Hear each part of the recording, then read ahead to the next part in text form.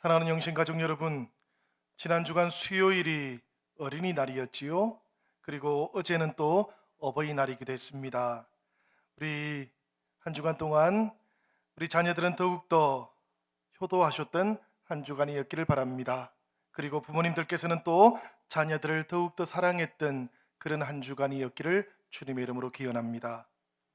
교회도 지난 주일에는 어린이 주일로 우리가 예배를 드렸고요. 오늘은 또 어버이 주일로 예배를 드립니다. 이 예배를 통해서 우리를 자녀 삼아 주시고 또 우리의 영적인 어버이가 되어 주신 하나님께 우리들 모두가 진심 어린 감사와 또 경배를 드릴 수 있기를 기원합니다. 오늘 하나님께서 우리에게 주셨던 말씀을 통해서 자녀된 우리들 모두가 우리를 낳으시고 키워주신 부모님, 그 부모님을 향한 감사와 존경의 마음도 다시 한번 새롭게 할 수 있는 시간이 되기를 주님의 이름으로 기원합니다. 해마다 어버이 주일 되면 우리 교회 학교 아이들과 새벽이슬 청년들이 카네이션 달아 주었잖아요. 오늘 코로나 때문에 우리가 그렇게는 하지 못해도 그래도 그 마음을 오늘 교회가 우리 성도님들이 받으시는 그 선물에 담았습니다. 특별히 그 마음을 우리가 느낄 수 있는 그런 어버이 주일이 되면 참 좋겠어요. 오늘 저 눈에 선합니다. 저 문 밖에서 기다리고 있다가 그렇게 카네이션 달아드리기도 하고 선물을 주기도 했던 그 아이들의 모습이 떠오릅니다. 여러분, 우리가 내년에는 다시 그렇게 할 수 있을 겁니다. 우리 그때까지 우리 사랑하는 자녀들 위해서 꼭 기도해 주시고 또 우리 부모님들 더욱더 강건하실 수 있도록 기도해 주시기를 부탁드립니다. 여러분, 우리가 지키고 있는 이 어버이날 또 어버이 주일, 이게 어떻게 해서 시작된 것일까요? 성경에는 보면 어버이 주일 이런 건 없지 않습니까? 역사적으로 보니까 이 어버이 주일은 그렇게 오래되지는 않았던 것 같아요. 미국의 남북 전쟁이 있었을 무렵, 이 미국의 내전이었지요. 남북 전쟁이. 그 전쟁으로 인해서 자식을 잃어버린 어머니들이 굉장히 많았다 그럽니다. 그래서 남북 전쟁이 끝나고 난 지 3년째 되던 해에 어느 교회의 교사였던 앤 자비스라는 선생님이 계셨는데요. 이분이 그 자식을 잃어버렸던 어머니들을 이렇게 모아가지고 위로해 주려고 했답니다.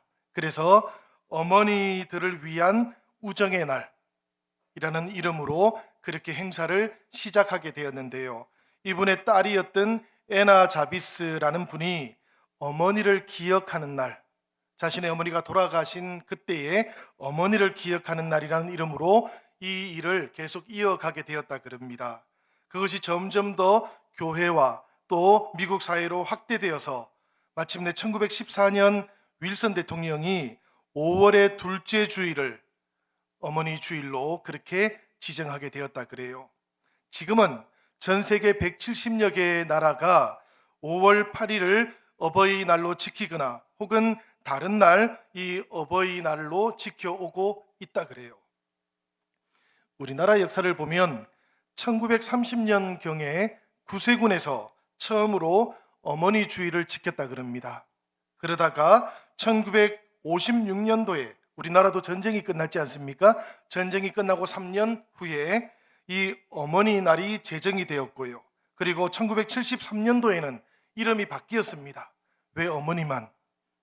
아버지도 감사를 받아야 되지 않느냐 해가지고 어버이날이라는 이름으로 이렇게 다시 개칭이 되어서 5월 8일을 어버이날로 지켜오게 되었다 그럽니다. 교회도 이 전통을 따라서 5월 둘째 주일을 어버이 주일로 지키면서 부모님께 감사하면서 이렇게까지 오고 있는데요. 사실 역사를 살펴보니까 100년도 채 안 됩니다. 그지요? 우리나라에서 이 어버이 주일이 지켜진 지는 한 70년, 아직 조금 안 돼요. 그런데 또 한편 생각해 보면 부모님을 공경하는 것, 부모님에게 감사하는 전통은 사실 우리 민족을 포함해서 이 동아시아 국가들, 사실은 뭐 전 세계 어디나 마찬가지일 겁니다. 이 모든 나라들의 근간을 형성하고 있는 그런 전통이기도 한 것이지요.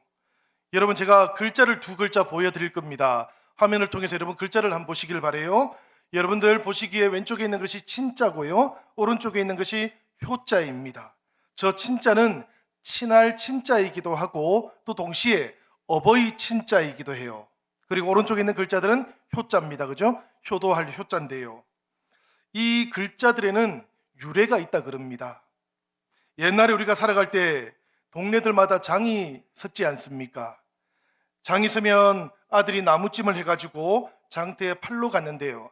그리고 나면 어머니께서는 하루 종일 농사일과 집안일을 하시다가 해가 뉘엿뉘엿 넘어갈 때쯤 되면 아들이 돌아오겠지 해서 동구밭까지 가서 아들을 기다렸다 그럽니다. 장터에 나갔던 사람들이 하나둘 돌아오는데 그 아들의 모습이 잘 안 보이는 거예요. 그래서 그 동구밭 언덕 위에 있던 어머니께서는 그 언덕 위에 있던 나무 위에 올라가서 아들이 장터에서 오고 있나 살펴보려고 했다 그럽니다. 애틋한 이 어머니의 마음이 담겨져 있는 글자가 바로 이 친자라 그래요. 이 친자를 자세히 보시면 그래서 제일 왼쪽에 위에는 설립자가 있고요. 그 아래에는 나무 목자가 있고 그리고 오른쪽에는 볼 견자가 있지 않습니까? 그러니까 나무 위에 올라가서 아들을 본다라는 이 뜻이 그대로 담겨 있는 글자가 어버이 친자라고 그럽니다. 효자는 어떻게 해서 시작된 것일까요? 이 효자도 이 이야기와 연관이 되어 있다 그래요. 장에 갔던 아들이 이제 장이 파고 집으로 돌아옵니다. 부모님을 위해서 자방고등어도 사오고요. 손에 아마도 동동구리모도 한각 사서 돌아오고 있었는데 저 멀리에 보니까 어머님이 보이는 거예요. 나무 위에서 어머님이 보이는 거예요. 이 아들이 어머니가 나를 기다렸구나 싶어가지고 불이 나게 그 언덕을 넘어서 뛰어왔다 그럽니다. 그리고는 그 어머니가 계시는 곳에 도착하자마자 어머니에게 어머니 왜 이렇게 멀리까지 나오셨냐고 어서 내려오시라고 그리고는 지고 갔던 그 지게에다가 어머니를 앉혀드리고는 그리고 집으로 돌아왔는데요. 지게에 어머니를 앉혀놓았던 그 모양이 바로 효자의 모양이라 그럽니다. 그러니까 이것은 어머니를 지게에 업고 돌아오는 아들의 모습 그것을 담고 있는 글자라 그래요. 숙종임금 때는 이런 이야기도 있었다 그럽니다. 개성 근방에 효자가 한 사람 살고 있었는데요. 그런데 어느 날 임금님이 그 개성으로 지나가는 행사가 있었다 그럽니다. 집에 누워 계시던 어머님이 거동을 잘 못하셨는데 임금님이 지나간다고 하니까 살아생전에 임금님 얼굴을 한번 봤으면 좋겠다고 아들한테 이야기를 했다 그래요.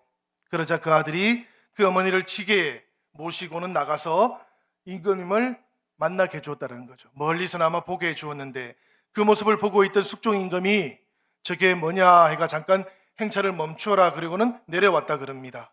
그리고는 다가와서 그 지게에 앉아있던 어머니를 만났다 그래요. 그리고는 자초지정을 듣고는 그 아들에게 참 효성이 깊구나 해서 송아지 한 마리, 쌀 10가마를 상으로 내렸다 그럽니다.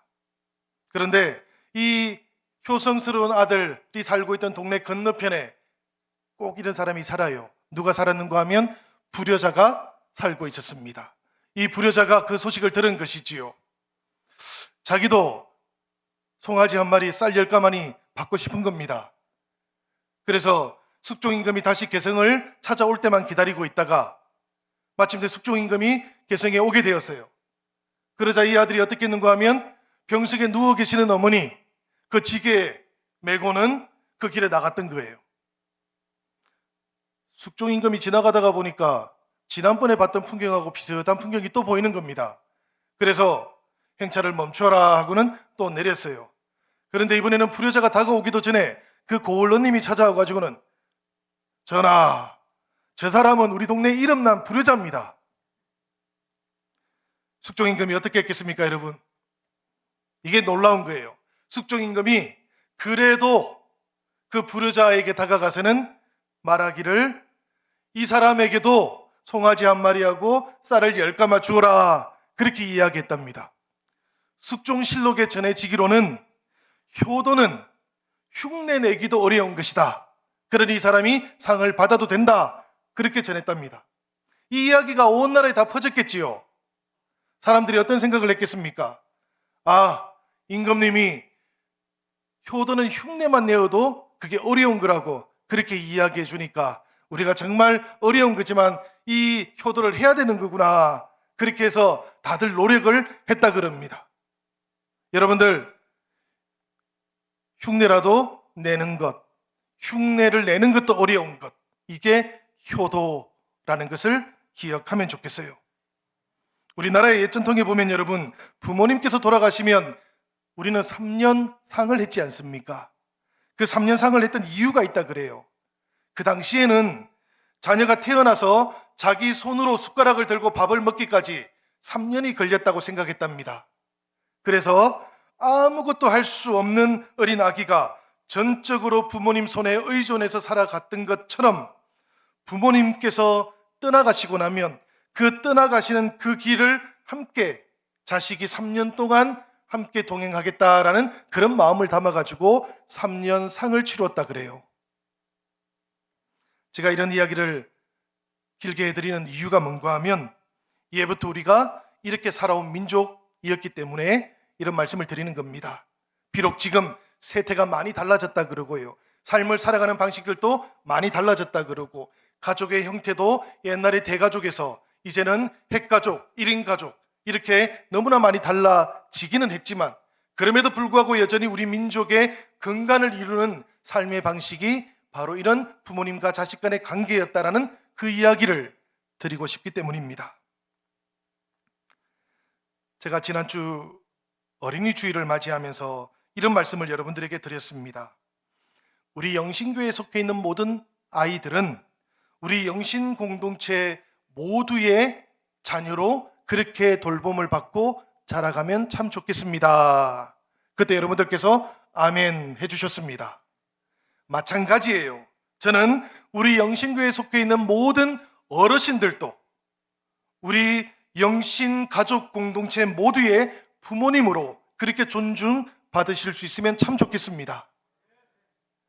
특별히 우리들 모두가 다 생각해 보면 영적인 가족 아닙니까? 그렇죠?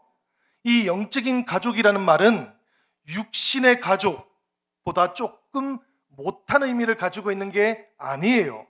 그죠, 여러분? 영적인 가족 공동체라는 것은 육신의 가족 공동체보다도 더 중요하고 더 거룩한 의미를 가지고 있는 겁니다. 그러니까 우리가 하나님 안에서 우리가 영적으로 가족이 되었다라는 이 말은 가족을 생각하는 그 마음이 육신의 가족들보다도 어쩌면은 더 중요해져야 된다라는 그런 의미이기도 한 거예요. 최소한 가볍지는 않아야 되는 것이지요.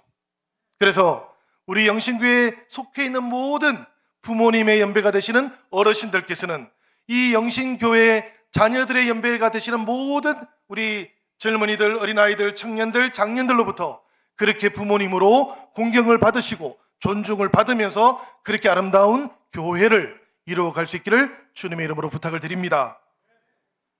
우리의 전통뿐만은 아니고요, 여러분. 성경을 보면 하나님께서도 이렇게 부모님들은 공경을 받아야 된다라고 그렇게 말씀을 하셨습니다.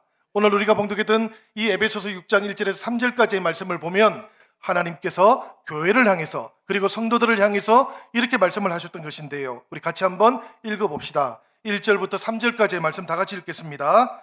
자녀들아, 주 안에서 너희 부모에게 순종하라. 이것이 옳으니라. 내 아버지와 어머니를 공경하라. 이것은 약속이 있는 첫 계명이니 이로써 내가 잘 되고 땅에서 장수하리라. 아멘. 이 말씀을 보니까 주 안에서 너희 부모에게 순종하라 그렇게 말씀하십니다. 부모님께 효도하는 것하고 주 안에 머무는 것이 나뉘어져 있지 않다라는 그런 말씀이에요. 주님 안에서 부모님께 순종하는 것이 옳다고도 말합니다. 옳다는 것, 이것은 의롭다라는 의미지요. 우리가 온전히 주님 안에서 부모님께 순종하는 이 모습이 하나님과의 관계 속에서도 의롭다고 인정을 받을 수 있는 것이다라는 그런 이야기예요. 그러니까 우리를 향하신 하나님의 뜻이 바로 여기에 있다라는 그런 의미가 되겠습니다. 또 오늘 말씀을 보니까 아버지와 어머니, 즉 부모님을 공경하는 것이 약속이 있는 첫 번째 계명이다라고 그렇게 말씀하고 있기도 한데요. 이 약속이라는 것은 자녀들이 잘 되고 땅에서 장수하는 것을 말합니다. 특별히 이것은 출애굽기 20장 12절에 나오는 10계명의 다섯 번째 계명을 가리키는 것이기도 합니다. 이 계명은 이렇게 되어 있습니다. 내 부모를 공경하라. 그리하면 내 하나님 여호와가 내게 준 땅에서 내 생명이 길리라. 여러분, 이 말씀은 이 약속 때문에도 참 중요하지요. 그죠? 자녀들은 땅에서 잘 되고 또 장수하기 위해서도 효도해야 하는 줄로 믿습니다.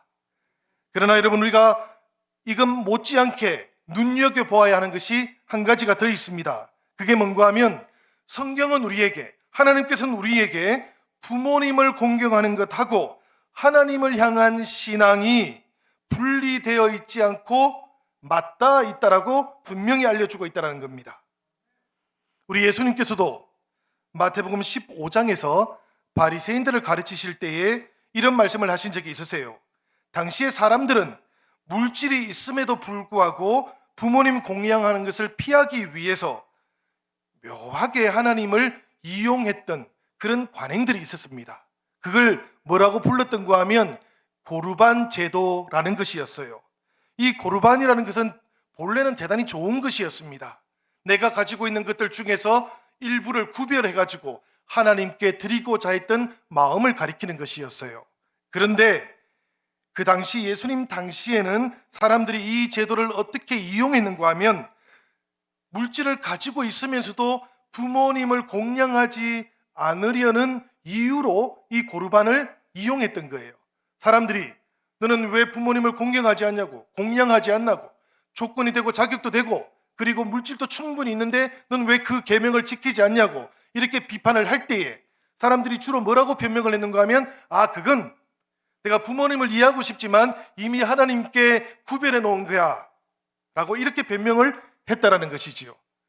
세월이 나중에 많이 흘러서 고르반이라고 말했던 것 하나님한테 안 드려도 아무도 모릅니다. 그렇게 이용해 버렸다는 이야기죠. 예수님께서는 그렇게 사람들이 하나님을 이용해서 하나님의 계명을 어기는 그 사람들의 모습을 보면서 그것이 하나님의 말씀을 폐하는 것이다 라고 그렇게 말씀하셨어요. 마태복음 15장 5절에서 6절까지의 말씀인데 우리 같이 한 번 더 읽도록 하겠습니다. 다 같이 읽겠습니다. 너희는 이르되 누구든지 아버지에게나 어머니에게 말하기를 내가 드려 유익하게 할 것이 하나님께 드림이 되었다고 하기만 하면 그 부모를 공경할 것이 없다 하여 너희의 전통으로 하나님의 말씀을 폐하는도다. 이 말씀을 보면 아주 분명하게 예수님께서는 하나님께서 부모님을 공경하라고 했던 그 계명을 지키는 일이 하나님을 우리가 믿음으로 경배하는 것하고 결코 분리될 수 없는 것이라는 것을 분명하게 지적했던 것이지요. 로마서 1장 28절과 30절의 말씀을 보면 부모님을 거역하는 것, 그것은 마음에 하나님 두기를 싫어했던 사람들이 행했던 그런 합당하지 못한 일 가운데 하나라고 그렇게 우리에게 알려주고 있기도 합니다. 여러분, 이 말씀을 한번 보시기를 바라요. 그들이 마음에 하나님 두기를 싫어하며 하나님께서 그들을 그 상실한 마음대로 내버려 두사 합당하지 못한 일을 하게 하셨으니 비방하는 자요, 하나님께서 미워하시는 자요, 능욕하는 자요, 교만한 자요, 자랑하는 자요, 악을 도모하는 자요, 부모를 거역하는 자요 라고 이렇게 되어 있지 않습니까? 성경은 일관되게 하나님을 향한 우리의 신앙과 또 부모님을 공경하는 것, 이 두 가지가 본질적으로 내적으로 연결되어 있는 것이라고 그렇게 강조하고 있습니다. 하나님께서 왜 이렇게 우리에게 이 두 가지는 구분할 수 없는 것이라고 그렇게 말씀하셨던 것일까요? 그것은 바로 부모님의 사랑 속에서 우리가 하나님의 사랑을 경험할 수 있기 때문인 것이고요. 또 부모님을 향한 자녀들의 공경 속에서 자녀들이 하나님을 향한 경건도 배울 수 있기 때문에 성경은 일관되게 두 가지가 분리될 수 없는 것이라고 그렇게 알려주었던 것입니다. 사랑하는 여러분, 오늘 어버이 주를 맞이하면서 우리도 이 성경의 말씀, 이 계명의 말씀, 부모님을 공경하라는 이 말씀을 꼭 기억하시고 우리의 삶 가운데서 더욱더 우리의 믿음과 이 계명이 분리되지 않는 삶을 살아갈 수 있으시기를 바랍니다. 이렇게 부모님을 공경하는 것이 우리 신앙의 본질이라면 자녀 되신 여러분, 우리가 부모님을 잘 공경하고 또 효도도 할 수 있어야 되지 않겠습니까? 성경이 우리에게 말하고 있는 효도라는 것, 효도하는 방법, 그것은 어떤 것들일까요? 아주 분명하게 성경은 효도의 출발은 부모님의 권위를 인정하는 데서부터 출발하는 것이라는 것을 우리에게 알려주고 있습니다. 부모님을 공경한다는 것, 그것은 말뜻 그대로 번역을 해보면 부모님을 무겁게 대한다라는 뜻입니다. 공경하다라는 말은 카페오라는 히브리어를 사용합니다.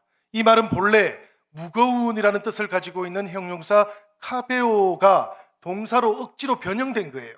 무겁게 하다라는 이런 뜻을 가지고 있는 것인데요.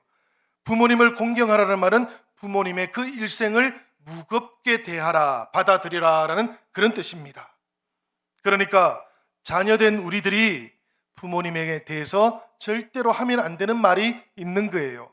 그게 뭔가 하면 엄마가 뭔데, 아빠가 뭔데 라는 말입니다, 여러분. 이 말은 부모님의 그 인생, 부모님의 그 모든 삶의 여정들을 무겁게 대하지 않는 것이거든요.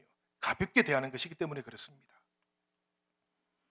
부모님의 살아온 인생이 여러분 다른 부모님들의 인생하고 비교될 것은 아니지 않습니까? 부모님은 나의 부모님인 것 아닙니까? 그렇기 때문에 그 부모님의 삶의 여정이 어떠하든지 간에 그 여정을, 그 일생을 무겁게 대하는 것에서부터 효도가 시작된다는 것을 성경은 우리에게 알려줍니다. 두 번째로 우리가 효도를 하려면 부모님을 자랑스럽게 여겨야 합니다. 허물을 덮어줄 줄 알아야 된다라는 그런 이야기예요. 우리가 창세기 9장을 보면 이런 말씀이 나옵니다, 여러분. 홍수가 끝난 다음에 노아 가족은 포도농사를 지었지 않습니까? 이 포도농사를 짓던 어느 날 노아가 그만 포도주에 취해서 벌거벗은 채 잠이 들어버렸다 그럽니다. 그런데 그때 아들 함이 들어와서는 그 모습을 보고 가서 형제들에게 알려주었다 그래요. 아버지의 허물을 덮어주는 대신에 오히려 그 형과 동생에게 얘기해 주면서 비웃었다라는 이야기지요. 그런데 그 이야기를 들었던 셈과 야벳은 겉옷을 가지고 뒤로 들어와서는 아버지의 그 허물을 덮어주고 나갔다 그럽니다. 성경이 우리에게 자녀가 부모님에게 대해서 어떤 자세와 태도를 가져야 되는가를 가장 분명하게 알려주고 있는 부분이기도 합니다. 성경은 함의 이 태도를 부모님을 공경하는 것이라고 인정하지를 않습니다. 셈과 야벳의 태도야말로 자녀가 부모님에게 보여주어야 하는 온전한 태도라고 그렇게 이야기하는 것이지요. 사랑하는 여러분, 사랑하는 자녀 여러분, 부모님도 인간이신데 왜 단점이 없으시겠습니까? 부모님도 사람인데 왜 결점이 없으시겠습니까? 그렇지만 부모님의 단점, 이 부모님의 결점은 장성한 자녀들이 감싸주어야 하는 것입니다. 장성한 자녀들이 덮어주어야 하는 것이지요. 우리가 완전하기 때문에 부모님을 존경하는 것은 아니지 않습니까?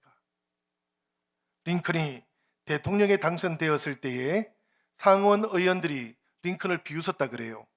비웃으면서 어떤 말을 했는가 하면 당신 같은 사람이 대통령이 된 것이 정말 놀랍다고. 왜냐하면 당신의 아버지가 내 구두 수성공이었지 않냐고 그렇게 이야기를 했답니다. 이 이야기를 하니까 주변에 있던 다른 상원 의원들이 전부 다 같이 그렇게 비웃으며 링컨을 대했다 그래요. 그런데 그 순간에 링컨이 눈에 눈물이 글썽글썽해지고는 말을 잇지를 못했다 그럽니다. 그러다가 조금 있다가 입을 열어 말하기를 그 상원 의원에게 의원님 참 고맙습니다 라고 이야기를 했답니다. 이 선거운동이 진행되는 동안 또 정치에 입문해서 바쁘게 살아오는 동안 때때로 아버지의 얼굴을, 아버지의 모습을 나는 잊어버리고 살아왔는데 오늘 의원님 덕분에 아버지를 떠올리게 되었습니다. 그렇습니다. 제 아버지는 구두 수성공이었습니다. 제가 어렸을 때, 그리고 내가 조금 더 나이를 먹었을 때 아버지만큼 구두를 만들어 보기 위해서 내가 정말 많은 노력을 했지만 나는 아버지가 구두 만드는 그만큼 따라잡을 수가 없었습니다. 우리 아버지는 정말 훌륭한 구두 수성공이었습니다. 혹시라도 그럴 일은 없으시겠지만 어여님들 구두에 탈이 생기면 저에게 같이 오십시오. 제가 아버지만큼은 되지 못해도 내가 그 구두를 고쳐드리겠습니다. 대통령이 된 아들이 구두 수성공이었던 아버지를 떠올리면서 이렇게 대답을 했다는 것이지요. 효도는 이런 것입니다. 그지요? 남들과 비교하는 것이 아니라 있는 그대로 아버지의 모습, 그것을 존중하고 인정하고 부끄러워하지 않는 것, 여기에서부터 효도가 이루어진다라는 것을 말해줍니다. 사랑하는 자녀 여러분, 효도의 시작과 효도의 과정이 그런 것이라면 효도의 완성은 어떤 것일까요? 효도의 완성은 연로하신 부모님의 필요를 알아들이는 것이라고 합니다. 이건 제 얘기가 아니고 가나안 농군학교에서 오랫동안 일하셨던 김용기 장로님의 이야기입니다. 젊은 목사들에게 가르쳐 주었던 이야기인데요. 부모님이 필요로 하는 것, 그것을 알아들이는 것이 효도의 완성이라고 이미 연로하셨던 그 장로님께서 저희들에게 말씀해 주셨습니다. 그 내용에 보면 이런 이야기들이 나와요. 사람이 나이가 많아지면 잔소리가 많아진다고 가르쳤습니다. 자식을 만나면 반갑고 또 하는 것마다 걱정이 되니까 부모님은 자꾸만 잔소리가 많아진다는 것이지요. 그런데 그냥 그게 듣기 어려운 불편한 잔소리로 여기면 효도가 완성될 수가 없답니다. 그냥 그런 줄 알고 들어드리고 받아 주어야 된다 그래요. 우리 영신교회의 모든 어르신들께서 때때로 잔소리들을 좀 하시지 않습니까? 그렇지만 그것을 불편하게 듣지는 않습니다. 부모님들께서, 어르신들께서 우리 교회와 또 젊은 세대들에게 마음으로 꼭 전해주고 싶은 이야기들이 있으신 것이지요. 사랑하는 영신의 자녀 여러분, 우리 영신의 믿음의 부모님들께서 말씀을 하시면 그것을 잔소리로 듣지 않으시기를 바랍니다. 그리고 또 말씀을 하실 수 있도록 해주셔야 됩니다. 들어줄 수 있는 사람이 있어야 말씀하실 수 있는 것 아니겠습니까? 우리 공동체 안에서 우리 믿음의 어르신들이 편하게 말씀하실 수 있도록 여러분들 많이 들어주시기를 바랍니다. 김용기 장로님이 두 번째로 이런 이야기를 하셨습니다. 연세가 들어가면 사람은 노여움을 쉽게 느끼게 된다. 몸과 마음이 약해지게 되시니까 자꾸만 사람들이 자신을 업신여기는 것처럼 그렇게 느낀다 그러십니다. 장로님이 그렇게 느끼신대요. 그래서 어쩔 수 없이 의지하는 것은 자식들밖에 없게 된다고 그렇게 말합니다. 그런데 이 자식들마저 그런 마음을 헤아려 주지 않으면 서러워진다는 것이지요. 노여움이 서러움으로 바뀌게도 된다는 이야기입니다. 우리가 이 마음들을 잘 헤아려 주셔야 됩니다. 연세가 드시면 가지고 싶은 것도 많아지신다 그럽니다. 그러십니까? 우리 권사님들 막 고개를 끄덕끄덕 끓이셔요. 예. 무슨 이야기인가 하면 우리가 드리고 싶은 것만 드리는 것이 아니고 필요한 것이 따로 있으시다는 겁니다. 그래서 용돈을 잘 챙겨 드려야 된답니다. 최근에 몇 년 동안 어버이날 부모님들이 받고 싶은 가장 좋은 선물 1등이 뭔 줄 아십니까, 여러분? 아시지요, 그죠? 예. 지난 어버이날 주간에 엉뚱한 선물하신 자녀들은 없으셨으면 좋겠습니다. 부모님들께서 가장 원하시는 선물이 제가 얼핏 통계를 보니까 한 60%가 넘어요. 현금이 필요하시답니다. 현금을 좋아하는 게 아니에요. 현금이 필요하시다는 거예요. 어른들이 필요한 영역들이 따로 있으시다는 거죠. 쓰기 위해서 현금이 필요한 것도 아니랍니다. 손주들에게도 좀 주고 싶고요. 또 주변 친구들에게도 좀 베풀고 싶고요. 이런 것들이 있답니다. 본인의 필요 때문이 아니고 조금 다른 필요가 있으시다는 겁니다. 이것을 알아들어야 된다는 이야기지요. 나이가 드시면 자시고 싶은 것도 많아지신답니다. 그러십니까? 우리 영신교회에서 우리 어르신들 자시고 싶은 거 마음껏 좀 자시게 해드리면 좋겠습니다. 특별히 우리 영신의 우리 젊은 우리 청장년들께서는 꼭 기억해 주셨다가 우리 코로나 끝나고 나면 저축해 놓았던 것 우리 영신의 모든 부모님들에게 좀 마음껏 대접해 줄 수 있는 기회가 있으면 좋겠습니다. 그렇게 해 주실 거지요? 감사합니다. 예. 5번째 마지막인데요. 이런 이야기가 있어요. 나이가 들어가니까 몸이 자꾸 가려워지신답니다. 그래서 등을 자주 긁어드려라 그렇게 말씀하셨어요. 저는 이 이야기 속에 많은 것들이 함축되어 있는 것 같습니다. 젊은 우리는 등이 가려운 줄 잘 모릅니다. 그러나 연세가 드시고 나면 젊은 세대들이 미처 헤아리지 못하는 어떤 필요들이 부모님들에게는 있으시다라는 그런 이야기예요. 우리가 그것을 헤아리는 마음을 가지게 될 때 비로소 효도가 완성되는 것이다라고 그렇게 이야기합니다.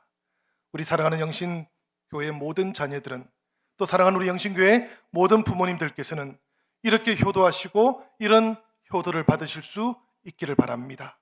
그래서 우리가 정말 우리 영신의 모든 부모님들이 살아오셨던 그 여정을 우리가 존중하고 무겁게 받아들이고 그리고 우리가 우리 영신교회 모든 부모님들을 정말 존중하고 부끄럽게 여기지 않고 그리고 우리 어르신들의 모든 필요를 우리가 미리 살펴서 그것을 채워서 우리 교회의 모든 모습들 가운데 날마다 기쁘고 즐겁고 또 날마다 이곳에서 하나님의 작은 천국이 이루어지는 그런 은혜가 저와 여러분들 우리 영신교회 모든 가정마다 함께 하시기를 우리 주님의 이름으로 기원합니다.